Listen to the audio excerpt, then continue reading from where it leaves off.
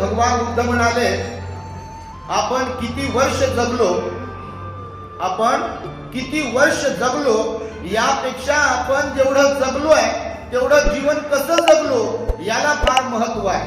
नाही तर कोणी 100 वर्ष जगलाय आणि फक्त खाण्यासाठी जगलंय, जगण्यासाठी खाले, खाता खाता बटन दबलं गेलंय.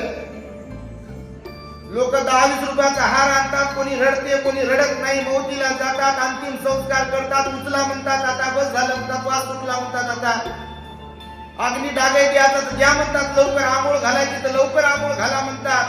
लय घाई करतात लोक. मरण्याची घाई कोणाला नसते, पण मेल्यावर आपल्याला त्या स्मशानात पोहोचवण्याची घाई मात्र सर्वांना असते. ते मी असो की तुम्ही असो की कोणी असो, असं कोणी म्हणत नाही फार चांगले होते.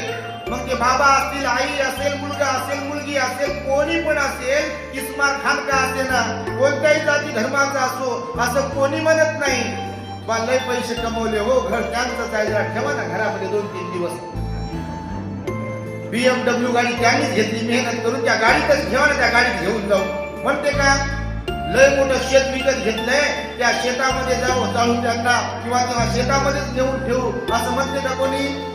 किंवा लय सोनं चांदी माने पोती कमवले आणि ह्या अंगठ्या आणि हे चैन आणि हे काय जोडवे हे काय काय करत असते, कानात नाकात हातात पायात कुठं कुठं काय त्यांनीच कमवलं. लय मेहनत केली, मरमर केली, कोणाला हात लावू दिला नाही, कोणाला 1 रुपया दिला नाही, कंजूसपणा करता करता हे सगळं कमवलंय.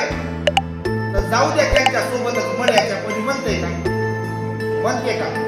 कोणत्याही जाती धर्माचे असो, फाटकं तुटकं काय जे असते ते जाळा म्हणतात बाबा, सोबत जाऊ द्या.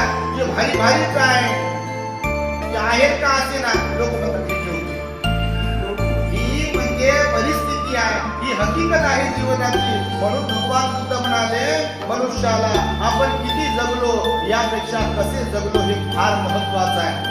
जिवंत असताना आपण कुणाच्या कामी पडलो आहे का, ही गोष्ट फार महत्वाची आहे. कुणाच्या चेहऱ्यावर हास्य फुलवणाऱ्यांपैकी होतो की कुणाच्या डोळ्यांमध्ये अश्रू आणणाऱ्यांपैकी होतो, हा प्रश्न आपण स्वतःला विचारला पाहिजे. शेवटी का होईना नेहमी मी तर म्हणतो, नेहमी विचार करा तुम्ही का सायंकाळी झोपताना मी दिवसभर कुणाला मदत केली आहे का, कुणाला प्रसन्न बनवलं का, कुणाला हसवलंय की रडवलंय, की कुणाला पश्चाताप करायला भाग पाडले, कुणाला जीवनात उठवलंय, की कुणाचं भविष्य उज्ज्वल केलंय.